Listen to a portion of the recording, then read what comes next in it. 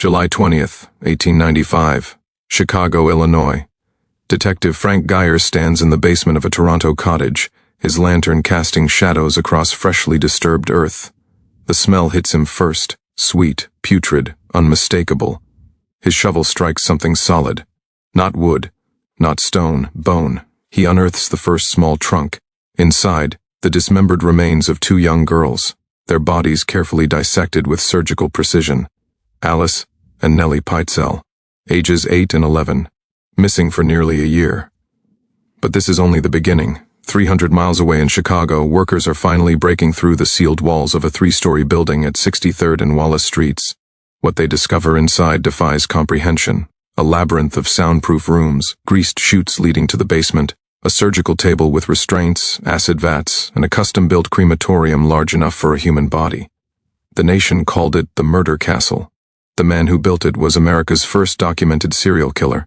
During the greatest celebration of American progress, the 1893 World's Columbian Exposition, Dr. H. Holmes had been hunting. The official count was 9 confirmed victims, but the truth was far more terrifying. Before we uncover the truth about the devil in the White City, H. Holmes's murder castle at the 1893 World's Fair in Chicago, USA, make sure to subscribe to the Fear Abbey and ring that notification bell. We bring you the darkest chapters of history that textbooks won't tell you. Drop a comment below letting us know where you're watching from. We love hearing from our community of mystery seekers around the world. The year is 1893, and America stands at a crossroads between 2 centuries. Chicago, Illinois, barely 60 years old, has transformed from frontier outpost to the nation's second-largest city. The Great Fire of 1871 devastated the downtown. But from those ashes rose something unprecedented. A modern metropolis of steel and stone, electric lights and elevated trains. The city pulses with ambition, with over 1.5 million residents and thousands more arriving daily, drawn by promises of opportunity in the stockyards, factories, and growing commercial districts. But Chicago in the Gilded Age is a study in contrasts. Magnificent mansions line Prairie Avenue while tenements overflow with immigrants speaking dozens of languages. Corruption runs deep through City Hall. Police can be bought. Records can disappear. In a city rebuilding itself almost overnight, a person can reinvent themselves completely, or vanish without a trace. Into this chaos comes the world's Columbian Exposition, commemorating the 400th anniversary of Columbus's arrival in America. The fair promises to showcase American achievement to the world, attracting an estimated 27 million visitors over 6 months. The White City, a temporary paradise of neoclassical architecture, electric fountains, and the world's first Ferris wheel, rises from the swampland of Jackson Park on the city's south side. The Exposition transforms Chicago into a magnet for the hopeful and desperate alike. Young women leave farms and small towns across America, drawn by opportunities for employment as maids, shop girls, and secretaries. They arrive alone, often telling no one where they're going, carrying everything they own in a single trunk. In 1893, a woman traveling unchaperoned raises eyebrows but isn't uncommon. The emerging new woman seeks independence, education, employment. Many of these women never return home. 3 miles west of the White City's gleaming white facades in the working-class neighborhood of Englewood, a pharmacist named Dr. H. Holmes is building something extraordinary. To his neighbors, he appears to be a man of vision, handsome, charming, well-educated. He speaks of business opportunities and offers employment to young women at generous wages. He's building a mixed-use commercial and residential building to accommodate the flood of World's Fair visit. Ors. His real name is Herman Webster Mudgett. He was born in Gilmanton, New Hampshire in 1861 to a devoutly Methodist family.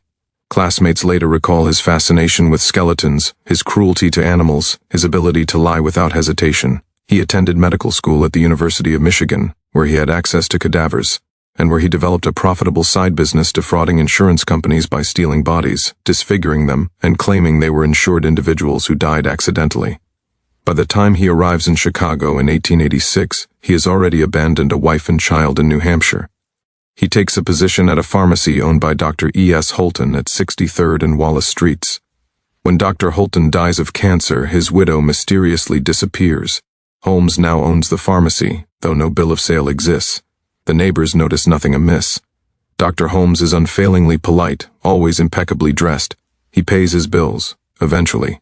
He courts wealthy women and proposes marriage, though he's already married at least twice.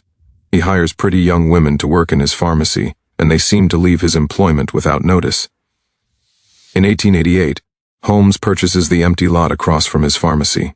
He announces plans for a 3-story mixed-use building, retail on the ground floor, offices on the second, apartments on the third. He hires construction crews but fires them after a few weeks, hiring new workers who know nothing of the previous crew's work. No single contractor sees the building's complete design. No one questions why certain rooms have no windows, why doors open onto brick walls, why gas lines run to sealed chambers. The building opens for business in 1890. Holmes operates a pharmacy and various retail shops on the ground floor. The second floor houses his office and several peculiar features he describes as his private residence. The third floor offers furnished apartments for lease, primarily to single women. What no one realizes is that H. Holmes has constructed America's first purpose-built murder factory, and the greatest gathering in the nation's history is about to provide him with an unprecedented hunting ground. Julia Smythe notices the advertisement in late 1890, wanted, young woman for clerical position, must be of good character and able to relocate. Generous wages. Apply Dr. H. Holmes, 63rd and Wallace. Julia is 24, married to a man who drinks and desperate for independence. She's beautiful, with dark hair and intelligent eyes. Holmes hires her immediately to manage his pharmacy. Within weeks, she leaves her husband and moves with her young daughter Pearl into one of Holmes's third-floor apartments. She becomes Holmes's mistress. He promises to marry her once he divorces his wife. A wife Julia doesn't know is actually his second wife, as his first wife still lives in New Hampshire, still believing herself married to Herman Mudgett. Julia works in the pharmacy by day. At night she hears strange sounds from the second floor, footsteps in sealed rooms, muffled thuds against walls. Holmes explains it away, rats in the walls, settling from the building's construction, his own restlessness. In December 1891, Julia becomes pregnant. She's overjoyed. Holmes appears pleased but insists she must be careful, that he'll care for her personally when the time comes. He's a doctor, after all. On Christmas Day, 1891, Julia Smythe and her daughter Pearl disappear. Holmes tells neighbors they've moved to California. He tells Julia's estranged husband that she ran off with another man. No goodbye letters arrive, no forwarding address exists. The husband, relieved to be rid of her, doesn't investigate. The pharmacy needs a new clerk. Minnie Williams is not like Holmes's usual prey. She's educated, from a Resperus family in Mississippi, and teaching elocution in Boston when she meets Holmes in 1893. More importantly, she and her sister Annie stand to inherit valuable property in Fort Worth, Texas. Holmes courts Minnie with the ardor of a man in love. He writes passionate letters, speaks of marriage, of building a life together. Minnie, lonely and naive despite her education, falls completely. She arrives in Chicago in July 1893, just as the World's Fair reaches its peak attendance. Holmes installs her in the building he now calls the Castle, a nickname that seems charming rather than ominous. Minnie works as his stenographer. She doesn't question why certain doors in the building remain locked, why Holmes alone possesses keys to various rooms, why she sometimes hears other women's voices in the building late at night, then never sees these women again. In November 1893, Minnie's sister Annie arrives for a visit. She's young, pretty, and excited to see Chicago. Minnie is delighted. Holmes is gracious, welcoming. Annie Williams disappears on Thanksgiving Day, 1893. Holmes tells Minnie that her sister has eloped with a man she met at the fair and is traveling to Europe. Minnie is devastated but accepts this explanation. She's so in love with Holmes, so dependent on him, that she signs over her Texas property rights to him in December. On January 15, 1894, Minnie Williams vanishes. Holmes tells various people she's traveling, that she's gone to work in a different city, that she's joined her sister abroad. He produces documents in her handwriting, documents he forced her to write before her death, or that he forged himself. By early 1894, the World's Fair has closed. The White City is being demolished. Chicago's population is declining as workers leave and visitors return home. But the disappearances at the castle continue. The pattern repeats throughout 1893 with numbing regularity. A young woman, alone, seeking employment or lodging, responds to an advertisement. Holmes offers her a room at reduced rates or position in one of his shops. She's flattered by his attention, his offers of assistance. She moves into the castle. Within days or weeks, she disappears. Sometimes Holmes tells neighbors she found better employment elsewhere. Sometimes he says she returned home to family. Sometimes he offers no explanation at all. In the chaos of World's Fair Chicago, with thousands moving through the city daily, these vanishings attract no attention. Missing person reports go unfiled. Worried families in distant states write letters to addresses that no longer exist. But some people do notice. Mrs. John Doyle, who owns a boarding house nearby, remarks to neighbors that it's strange how many young women come to work for Dr. Holmes and then leave without collecting their wages. He must be a difficult employer, she observes. A construction contractor, named Benjamin Pitzel, who briefly worked on the castle's construction, mentions to his wife that Holmes had him install a sealed chamber with a gas line. Strangest thing, he says. Why would a man need a room with no windows and a gas pipe? A furniture dealer named W.S. Davis notices that Holmes regularly purchases used furniture and trunks, particularly large trunks. Always wants the biggest ones, Davis recalls, and he always pays cash. The janitor who works in the castle, a man named Patrick Quinlan, drinks heavily. When drunk, he makes cryptic references to the secrets in the walls and what the doctor doesn't want found. Sober, he refuses to elaborate. Years later, when the castle's secrets are finally revealed, Quinlan commits suicide rather than testify. The neighborhood children develop an instinctive fear of the building. They cross the street rather than walk past it. They whisper that it's haunted, that ghosts walk its halls. Parents dismiss this as childish fancy. They're wrong. If this story is giving you chills, hit that like button and share this with someone who loves dark mysteries. The investigation into the murder castle uncovered evidence of horrors that would make your blood run cold. Let's discover what happens next. The unraveling begins not in Chicago, but in Philadelphia. In September 1894, Holmes attempts to execute another insurance fraud scheme with his longtime associate Benjamin Pitzel, the same contractor who once worked on the castle. The plan is simple. Pitzel will fake his death, Holmes will collect the life insurance, and they'll split the money. But Holmes alters the plan without telling Pitzel. On September 3, 1894, Benjamin Pitzel dies for real in a Philadelphia boarding house. The body is badly burned but identifiable. Holmes has murdered his accomplice. Holmes then commits an act of stunning cruelty.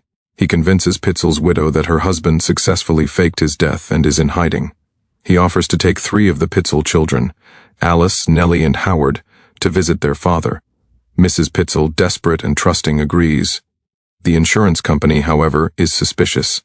They hire Frank Geyer, a Philadelphia detective renowned for his tenacity. Geyer begins tracking Holmes's movements. The trail leads through Cincinnati, Detroit, Toronto.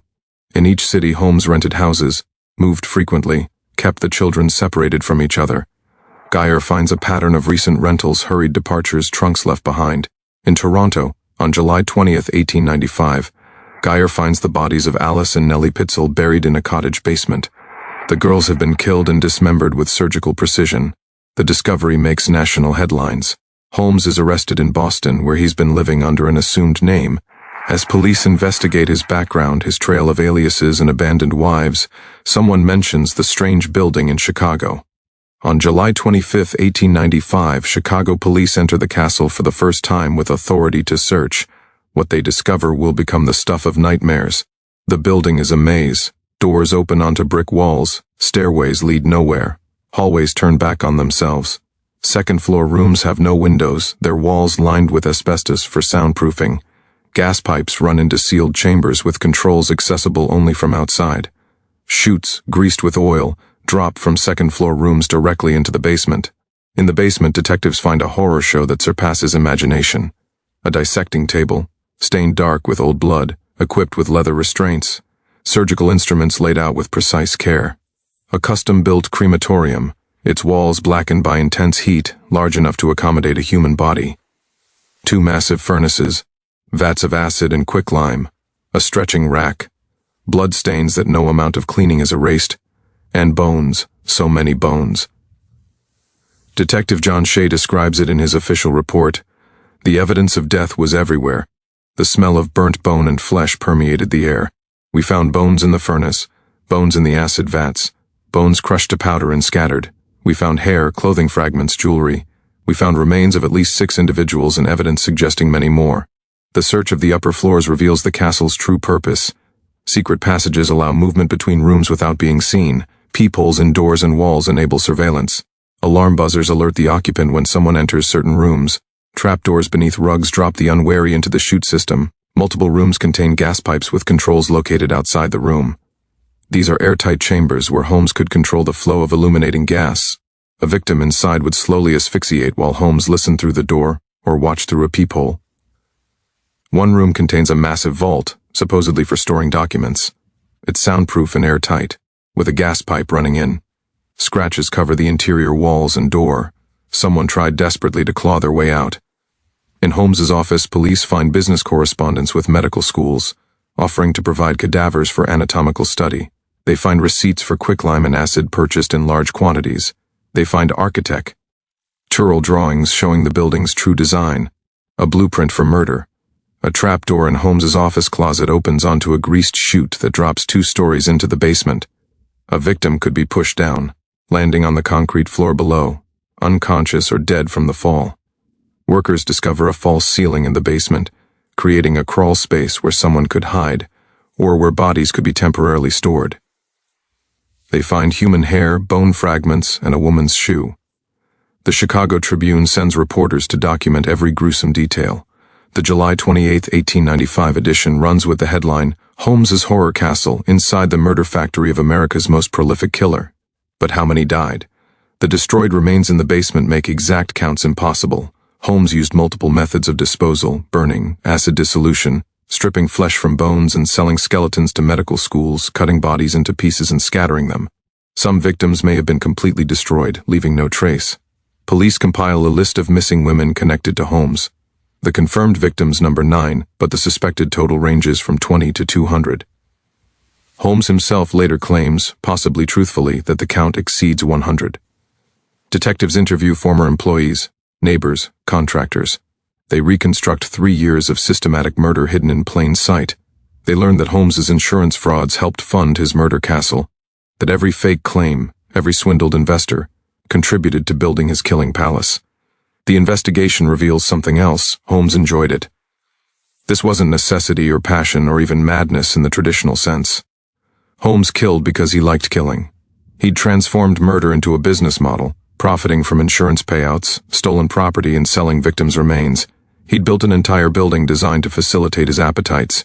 America has never seen anything like it. The legal proceedings against H. Holmes become one of the most sensational trials in American history. District Attorney George S. Graham faces an unprecedented challenge. How do you prosecute a man for murders when most of the bodies have been destroyed? How do you prove killings when victims disappeared without witnesses? The prosecution focuses on the murder of Benjamin Pitzel, where physical evidence is strongest. The trial begins on October 28, 1895 in Philadelphia. Holmes defends himself, displaying the same charm and intelligence that attracted so many victims. The courtroom is packed daily. Reporters from across the nation attend. The public's fascination with Holmes is intense and disturbing. Women send him love letters in jail. Spectators fight for seats at his trial. Holmes seems to enjoy the attention, giving lengthy statements about his innocence, his persecution by vengeful insurance companies. The prosecution presents overwhelming evidence. Detective Geyer testifies about tracking Holmes and finding the Pitzel children's bodies. Medical experts describe the chloroform-soaked rag found near Benjamin Pitzel's body.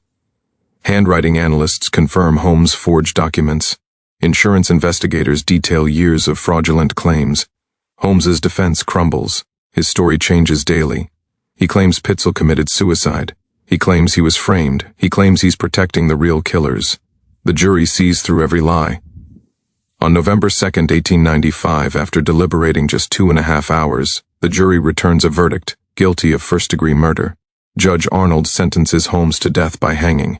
While awaiting execution, Holmes writes his confession, a rambling, contradictory document where he claims responsibility for 27 murders. He provides details about some killings, lies about others, and invents several that never occurred. Experts believe he's still lying, still playing games. Unable to resist manipulating the truth even facing death, he confesses to killing Julia Smythe and her daughter Pearl. He describes luring Julia into a sealed room, turning on the gas, watching through a peephole as she clawed at the door. He claims he killed Pearl to prevent her from being raised by a father he considered unworthy. He confesses to killing Minnie and Annie Williams, though he lies about the method. He admits murdering Emmeline Segrande, a beautiful young woman from Indiana who came to Chicago for the World's Fair, and made the fatal mistake of accepting employment with Dr. Holmes. He describes his methods clinically, without remorse. Victims were poisoned, gassed, locked in the vault until they suffocated or simply strangled. Their bodies went into the furnace or acid vats.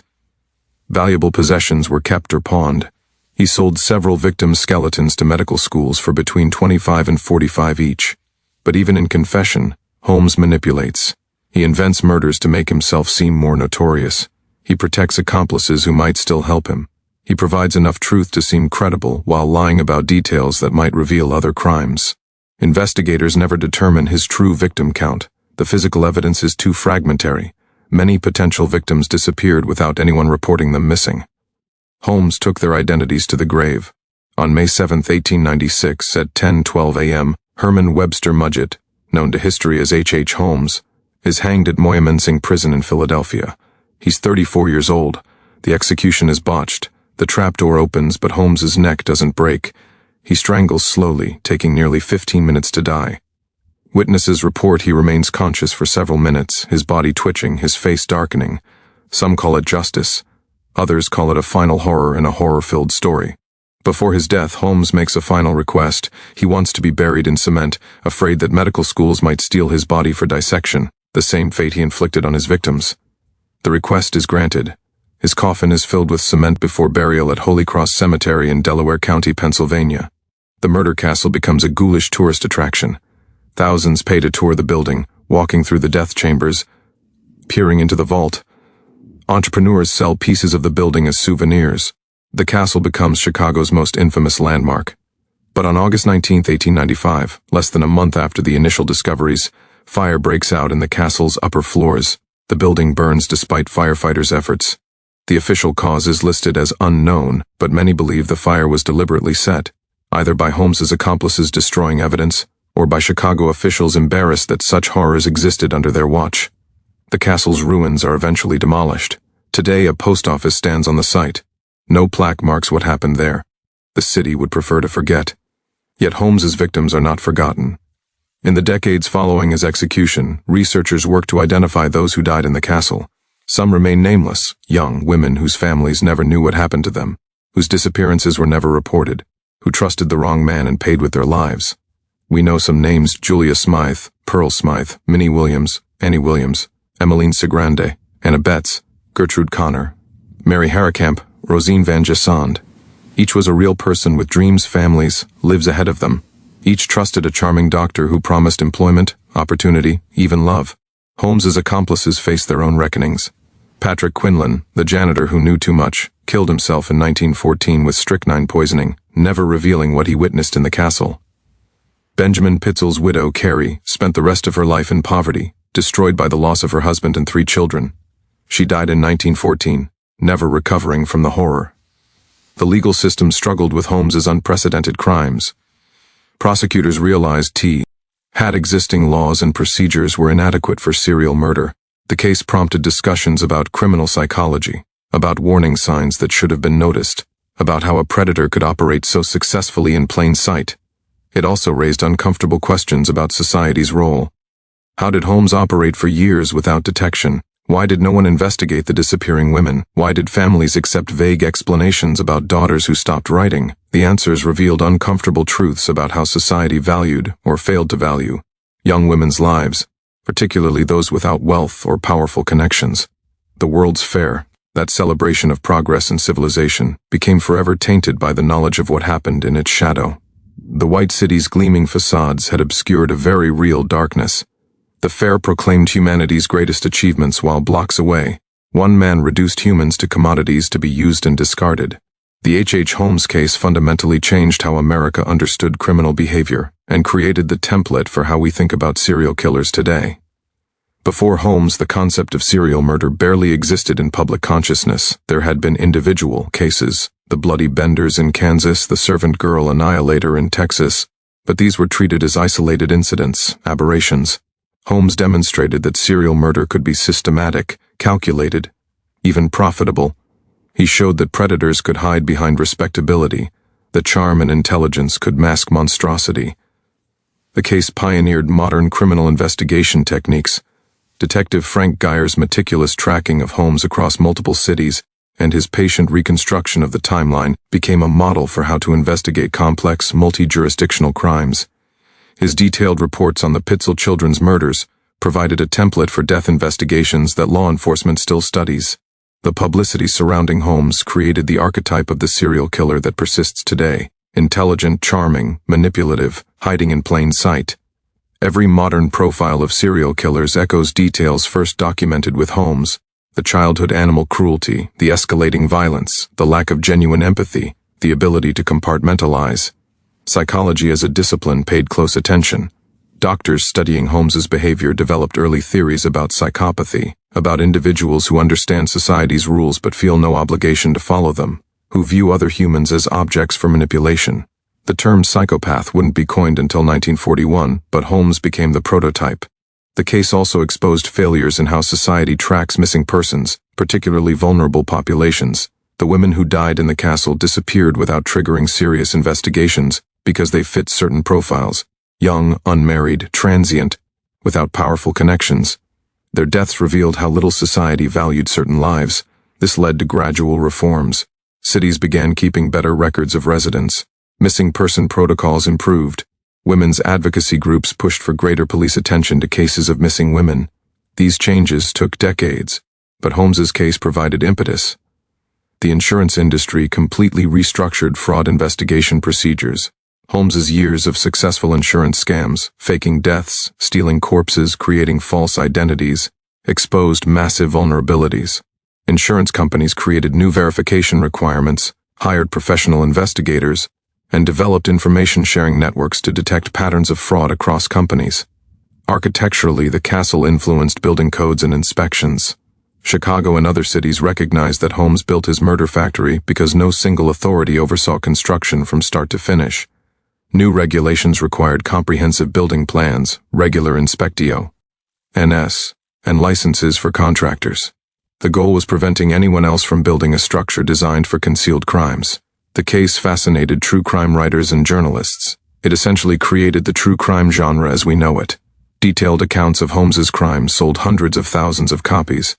The public's appetite for dark stories about real crimes, for understanding what drives people to evil acts, traces back to the coverage of Holmes. Similar cases emerged in the years following Holmes's execution, though whether he inspired copycat killers or simply made society more aware of predatory patterns remains debated. Albert Fish in New York, Earl Nelson in California, Gordon Stewart Northcott in Los Angeles, all displayed similar patterns of using charm to gain victims' trust before killing them. Law enforcement recognized these patterns partly because Holmes's case had educated them. The case also revealed uncomfortable truths about America's Gilded Age. The same forces that created unprecedented opportunity, rapid urbanization, westward expansion, industrial growth, also created unprecedented vulnerability. Cities grew faster than social services or law enforcement could manage. People moved constantly, severing family and community ties. The anonymity that allowed honest people to start fresh also allowed predators to hunt. Holmes thrived in the spaces between police jurisdictions that didn't coordinate, between families who couldn't track missing relatives, between laws that hadn't caught up with new forms of crime. He exploited a society in transition, where old structures of community accountability had broken down but new systems hadn't yet developed. The World's Fair itself became a case study in unintended consequences, the same event that drew millions to Chicago in celebration, that showcased human achievement and progress, created conditions that enabled America's first known serial killer to operate at unprecedented scale. The juxtaposition remains haunting. While visitors marveled at electric lights and the Ferris wheel, women died in agony blocks away. Modern scholars of true crime and criminal psychology still study Holmes. He challenges comfortable assumptions about evil, that it's obvious, recognizable, easily distinguished from good. Holmes was highly intelligent, personable, and successful. People liked him. Women fell in love with him. Business partners trusted him. He functioned normally in society while committing atrocities. This remains his most disturbing legacy, the demonstration that monsters don't always look like monsters. They can be the charming neighbor, the helpful businessman, the caring doctor. They can live among us, undetected, for years. The physical location where the castle stood is now unremarkable. The post office at 63rd and Wallace serves Englewood residents with no acknowledgement of what happened there. Some find this appropriate, a refusal to glorify violence. Others argue it erases important history, prevents learning from past failures. There's no consensus on how to remember Holmes and his victims. Museums occasionally mount exhibits about him. Books continue to be written, but the victims remain largely unknown beyond researchers and historians. Their stories are overshadowed by their killers' notoriety. This imbalance, famous killers, forgotten victims, troubles many people. It suggests that even in death, predators dominate their prey. Efforts continue to document and honor those who died, researching their lives before they met Holmes, finding their photographs, telling their stories as more than just his victims. The case asks questions we still struggle to answer. How do we identify predators before they kill? How do we create systems that protect the vulnerable? How do we balance freedom and mobility with safety? How do we remember atrocities without glorifying those who committed them? These questions remain relevant because predators, like Holmes, continue to exist. The methods change. Modern killers use internet hunting grounds rather than newspaper advertisements. But the fundamental patterns persist. The charming facade, the targeting of vulnerable victims, the exploitation of societal gaps and weaknesses. Holmes proved that evil can be extraordinarily patient and methodical. He spent years building his killing palace, cultivating his reputation, establishing systems to dispose of bodies and deflect suspicion. This long-term planning distinguishes him from crimes of passion or opportunity. He didn't snap in a moment of rage. He designed and constructed an elaborate machine for murder. This calculated evil disturbs us more than impulsive violence. It suggests that some people view murder not as a line they might cross in extreme circumstances, but as a reasonable solution to obstacles or a source of profit and pleasure. It challenges our assumption that all humans share basic moral frameworks. The Holmes case reminds us that civilization is thinner than we'd like to believe. In 1893, Chicago, a modern, thriving city, one of America's greatest, a man built a murder factory and killed for years without detection. The infrastructure of safety and justice we rely on failed completely for his victims. That failure echoes through history. Every serial killer who operates undetected, every victim whose disappearance goes uninvestigated, every predator who hides behind respectability, all trace back to patterns first documented with Holmes. We've learned some lessons. We've improved some systems. But human predators still hunt, and vulnerable people still fall through society's cracks. What do you think drove H.H. Holmes to such calculated evil? Was he born without empathy, or did something in his experiences create the monster? Could the victims have been saved if someone had connected the disappearances sooner? Leave your theories in the comments below. Our community has incredible insights, and we love reading your perspectives on these dark chapters of history. If this story impacted you, hit that subscribe button and ring the notification bell. We bring you the forgotten and suppressed stories that reveal the shadows lurking beneath historical progress. Share this with anyone fascinated by true crime and the darker corners of American history. Next time, we're investigating another case that will challenge everything you think you know about trust and betrayal. You won't want to miss it. Remember, the most terrifying monsters aren't always the obvious ones. Sometimes they're the charming doctor, the helpful neighbor, the person everyone trusts. Until next time, stay vigilant. This is the Fear Abbey.